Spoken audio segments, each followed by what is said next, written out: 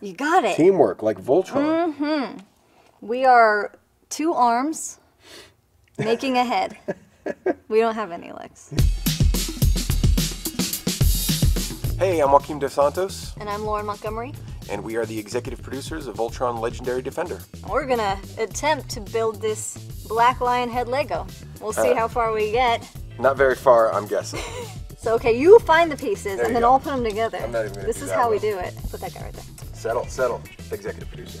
You know, there are times where we're able to look back and sort of see, you know, like our original pitch for the show was that it started off in a post-apocalyptic setting.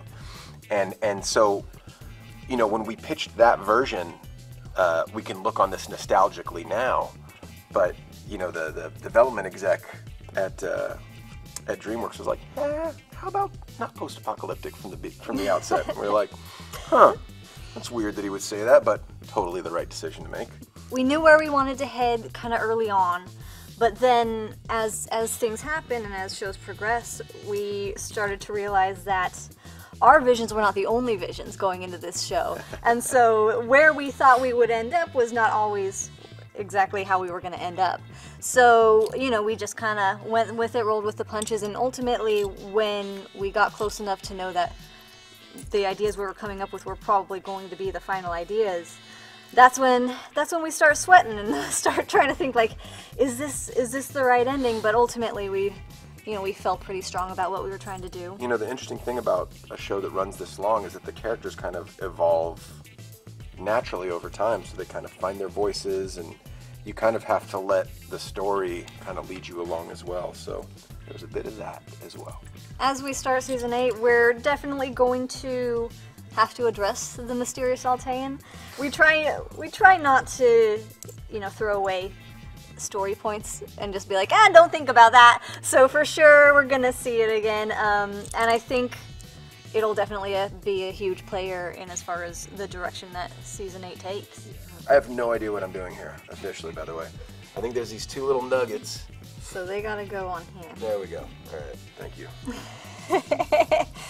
This is for what ages is this for? Yeah, not for 41. I can tell you that much. Stepping back, you know, you can see the entire series being one big story, but yeah, I mean, within that there's always, you know, subplots and character arcs that kind of form the building blocks. So again, it's sort of both answers in one. We're telling one big story, but we're also, you know, telling multiple characters arcs through that. We have a lot of characters that occupy this show. We've got the Paladins.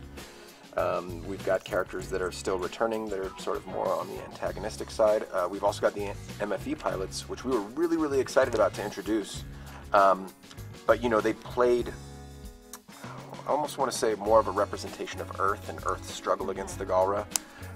So going into the final season, hopefully, you know, people are very, very satisfied with the roles they do play, but they're not taking over the series by any stretch. Season 8 kind of needed to belong to our Paladins because it was the wrapping up of their story, which is what we've kind of been following this whole time. It's interesting to individually sort of build relationships with these actors, but then also when they do have the opportunity to all get in the room with each other, see their characters. I don't want to say their characters inform their interactions in the booth, but, you know, they kind of become versions of their characters in the booth. You know, there were times where you know, Jeremy was definitely kind of like goofing off when Josh was trying to do something very serious, and Josh was telling him, you know, Jeremy, settle down, I'm trying to do something very serious. So it was a very, you know, Lance and Shiro-esque dynamic there. Look at this guy. There's a little arrow piece here. That's for his the chest, top? I think. No. Is it the chest? That's the top I don't of his head. know. We're building Maybe his head. top of his head. Oh, there it is. Yeah. There it is. I got this. Oh, there, put it on. See? You got it. Teamwork, like Voltron. We are 2 arms making a head. We don't have any legs. No. We're done. We loved the original so much, and we had all of these ideas of how we could update it, but hopefully also keep it true to what we remembered about the original that we loved so much.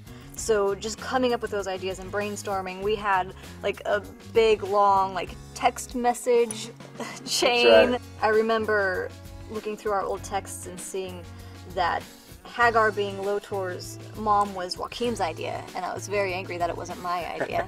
By the way, we're making some headway here. That's we got a face. That's an official face. I was wondering what that little line was. I was like, what are these funky lines? Oh, they're lips. That's right. Original Voltron had lips. He did have lips. Beautiful, beautiful lips. I think seeing that for the first time, seeing Voltron and seeing that the cel-shaded style was really actually working in CG, it was a little emotional because that, you know, the entire show sort of hinged on that design working. You know, the show's called Voltron, so he had to look, or it had to look proper. Lauren and I took some early stabs at character design. Let's not say that. That was a fail. Let's never ever try that again. What are you looking for? What are you looking for? It's like a little, God, it's like a little ramp. There's no black ramp, people. Oh, no, you don't, no, I got it. It's right. It's here. I think it was really cool to see a new generation embrace it without necessarily being attached to the original franchise. Yeah, one of the cool things was hearing that the kids that the focus testing was sort of being tested on, they each had their own favorite. It wasn't, you know, just pointing to Shiro and him being sort of the figurehead of the team and taking all the heat. Every kid related to a different character, and we were really, really excited about that because, you know, it's an ensemble cast, and Voltron is literally the embodiment of teamwork, so every character is really important. This is what we've done. We've got a Voltron head. We've got a lion hat that usually goes on the Voltron head at some point. Yeah, it will attach at some point. Damn. I don't know how that works. We've got two circular things that I have no idea what they do. I think they were on the shoulders. Shoulder we pieces. didn't have shoulders to put them on. It's not the proper way to build a Voltron. I want to say a tail. There's a tail here. Tail segment. Yeah, that is a tail. All right. Well done. Ta-da!